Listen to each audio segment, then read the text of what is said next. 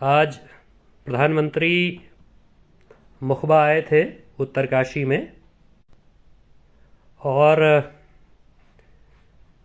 ये मार्च का महीना है जब ग्रीष्मकाल दस्तक दे रहा है।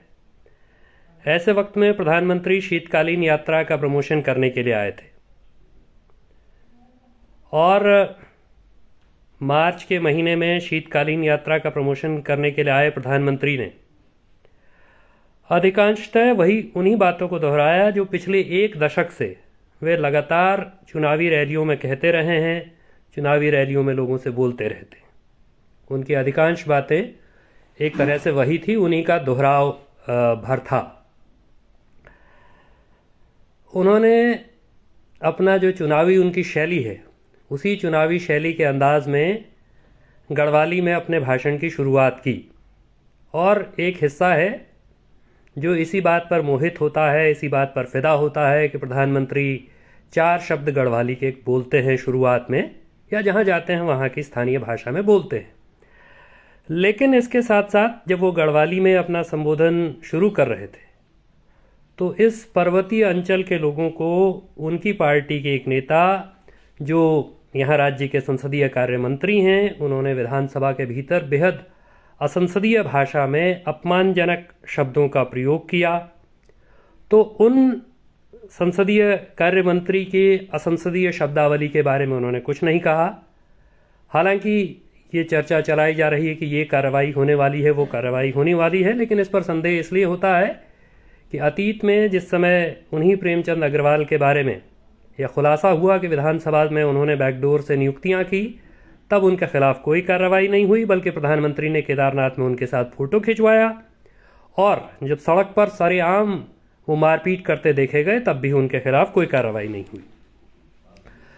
प्रधानमंत्री जी ने अपने भाषण में यहाँ की महिलाओं का जिक्र किया, दीदी भूलियों कहकर उनको संबोधित भी किया, अलग से फिर उन दीदी भूलियों का जिक्र किया। लेकिन इसके बीच में ये सवाल फिर खड़ा होता है कि अंकिता भंडारी भी इसी उत्तराखंड की भूली, इसी उत्तराखंड की बेटी थी, और उसके हत्या की वजह जो वीआईपी बना, आज तक प्रधानमंत्री जी की जो डबल इंजन की सरकार है वो उस वीआईपी के नाम का खुलासा करने को तैयार नहीं है। तो इससे समझ में आता है कि दीदी भूलियों के प्रति उनके प्रेम की वास्तविकता क्या है, उसकी असलियत क्या है।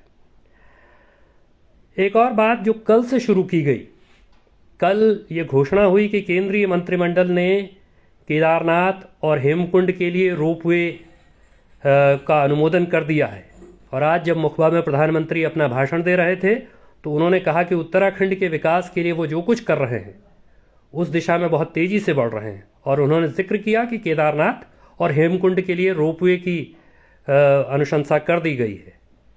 लेकिन ये बात, ये केदारनाथ और हेमकुंड में रोपवे की बात, ये 2022 से लगातार दोहराई जा रही है। इस संदर्भ में राज्य के मुख्यमंत्री के पुराने ट्वीट्स, पुराने फेसबुक पोस्ट देखे जा सकते हैं। 2022 में उन्होंने हेमकुंड केदारनाथ रोपवे की बात की, केदारनाथ के और हेमकुंड के रोपवे की बात मुख्यमंत्री ने 2023 में फिर दोहराई, और यह 2025 है। तो एक तरह से पुनः पुरानी घोषणाओं से लोगों को प्रधानमंत्री के नाम पर या प्रधानमंत्री की ओर से बहलाने की कोशिश की जा रही है। प्रधानमंत्री ने जब अपना भाषण शुरू किया तो उन्होंने माणा में हाल में एवलांच में मारे गए मजदूरों को श्रद्धांजलि देने से अपनी बात शुरू की। लेकिन प्रधानमंत्री से सिर्फ ये अपेक्षा नहीं है कि वे श्रद्धांजलि देने की रस्म अदायगी भर करेंगे, बल्कि उनको तो ये पूछना चाहिए था, या उनसे भी ये पूछा जाना चाहिए था कि आखिरकार एक ऐसे मौसम में, ऐसी विपरीत परिस्थितियों में जब वहां कोई नहीं रहता है, तो तब इन मजदूरों को वहां क्यों रखा गया, ऐसी साइट पर क्यों रखा गया जहां से एवलांच आने की संभावना पहले से जताई जा रही थी, मौसम की भविष्यवाणी थी, उसके बावजूद क्यों लोगों को वहां से हटाया नहीं गया। प्रधानमंत्री को इन सवालों का जवाब देना चाहिए, उनकी पार्टी को जवाब देना चाहिए, राज्य की सरकार को जवाब देना चाहिए, और इसके साथ साथ ये भी बताना चाहिए था, श्रद्धांजलि की रस्म अदायगी भर से करने भर से बात नहीं बनेगी, ये बताना चाहिए कि उस कंपनी के खिलाफ क्या कार्रवाई होगी जिसके लिए ये मजदूर काम करते थे। इन मजदूरों के लिए किसी मुआवजे की कोई घोषणा न तो मृतकों के लिए न घायलों के लिए हुई है। हमारे साथी कॉमरेड अतुल सती जी ने पिछले दिनों ये सवाल उठाया, तो इस बात पर भी प्रधानमंत्री ने कोई तवज्जो नहीं दी। तो ये सिर्फ श्रद्धांजलि के जवानी जमा खर्च से तो बात बनती नहीं है। प्रधानमंत्री अपना भाषण दे रहे थे तो उन्होंने बताया कि भाई उत्तराखंड में कैसे रेल, सड़क और हवाई अड्डे और हेलीपैड्स का जाल वो बिछा रहे हैं।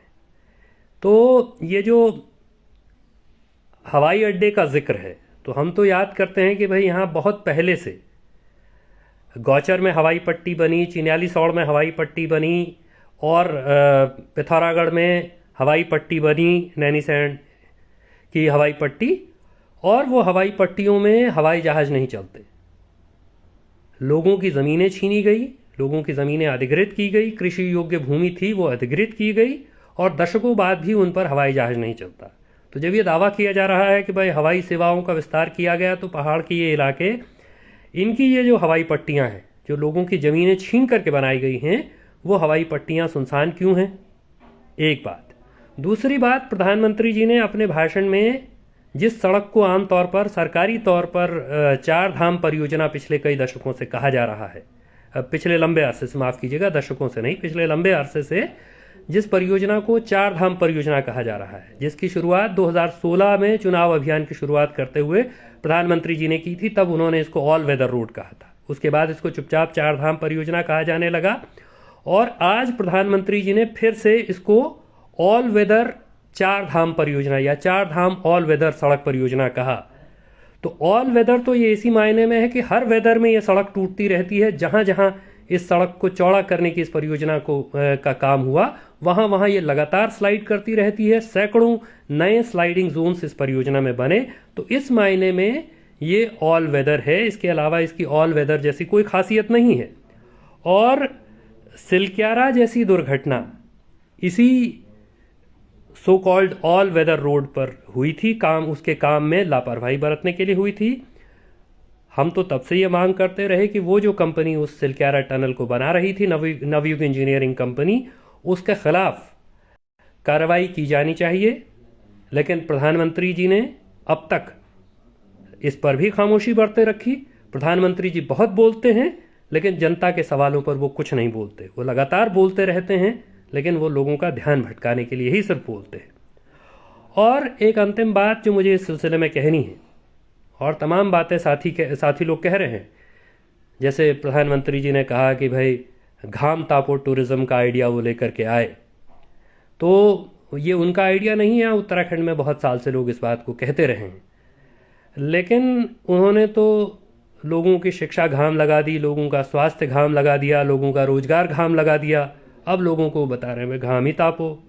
मवासी घाम लगाने पर उतारू है उनकी सरकार तो लोगों की, तो उसके बाद घाम तापने का विकल्प वो लोगों को समझा रहे हैं, सिखा रहे हैं। और उसके साथ साथ देश के तमाम लोगों से प्रधानमंत्री जी ने यह आह्वान किया कि उनको उत्तराखंड का प्राकृतिक सौंदर्य देखने के लिए यहाँ आना चाहिए। लेकिन इसके साथ साथ वो जिस तरह की परियोजनाएं उनकी सरकार, डबल इंजन की सरकार यहाँ चला रही है, वो जो भी परियोजनाएं हैं, वो यहाँ की इस प्राकृतिक सुंदरता के लिए, यहाँ की प्रकृति के लिए, यहाँ के पर्यावरण के लिए, यहाँ की पारिस्थितिकी के लिए बेहद खतरनाक परियोजनाएं हैं। बल्कि प्रकृति को, पर्यावरण को, पारिस्थितिकी को, यहाँ के जीवन को तहस नहस कर रही हैं, नष्ट कर रही हैं। तो जिस सौंदर्य का वो वर्णन कर रहे हैं, उस सौंदर्य का नाश करने पर उनकी अपनी सरकार और उनकी परियोजनाएं तुली हुई हैं। उसी मुखबा और गंगोत्री के इलाके में भी सड़क चौड़ा करने के लिए कितने पेड़ों की बलि ली जाने वाली है, इस पर समय समय पर इसका चर्चा होता रहता है। तो एक तरह से प्रधानमंत्री की ये यात्रा समझ से परे है कि वो लोगों को क्या कहना चाहते थे, क्या देना चाहते थे। उत्तराखंड के लोगों को उत्तराखंड का महत्व समझाने की वो कोशिश कर रहे थे। ये बड़ी अजीबोगरीब सी बात है। और विंटर टूरिज्म का प्रमोशन करना है, इसलिए हरसिल जैसी जगह में, एक ऐसे इलाके में जो संवेदनशील जगह हैं, वहां जाकर के बड़ी भारी जनसभा करनी है, लोगों की भीड़ इकट्ठा करनी है, ये भी समझ से परे बात है। तो कुल मिलाकर के प्रधानमंत्री जी की यात्रा से उनका मनोरंजन भले हुआ हो, उन्होंने 2-3 घंटे की यात्रा में 4 बार सूट बदल लिया हो, उससे ज़्यादा उत्तराखंड को, उनके पुरानी चुनावी भाषणों से ज़्यादा उत्तराखंड को कुछ भी हासिल नहीं हुआ है। तो लोगों को इस बारे में सोचना चाहिए। ये बात कहने की नौबत इसलिए भी है क्योंकि अखबारों को भी हमने बयान जारी किए हैं, लेकिन अखबारों पर जिस तरह के विज्ञापनों का प्रभाव है और सरकार के खिलाफ, सरकार की आलोचना निंदा में समाचार माध्यम कुछ भी सुनना नहीं चाहते, तो तब ये बात कहने की ज़रूरत पड़ती है कि जब चारों तरफ इस यात्रा के लिए करोड़ों रुपया खर्च किया गया हो, तो उसमें ये सवाल उठना लाजमी है कि उत्तराखंड को आखिर हासिल क्या हो रहा है। ये एक दशक से जो चुनावी आश्वासन, चुनावी भाषण, उसमें बातें की जाती हैं, लेकिन उत्तराखंड को डबल इंजन से डबल तबाही, डबल बर्बादी के अलावा कुछ भी हासिल नहीं हुआ है। इसलिए इससे थोड़ा आगे बढ़ने की ज़रूरत है, इस फरेब से बाहर निकलने की ज़रूरत है और उत्तराखंड को अपने असल मुद्दों पर खड़े होने की ज़रूरत है। धन्यवाद। इनकलाब जिंदाबाद।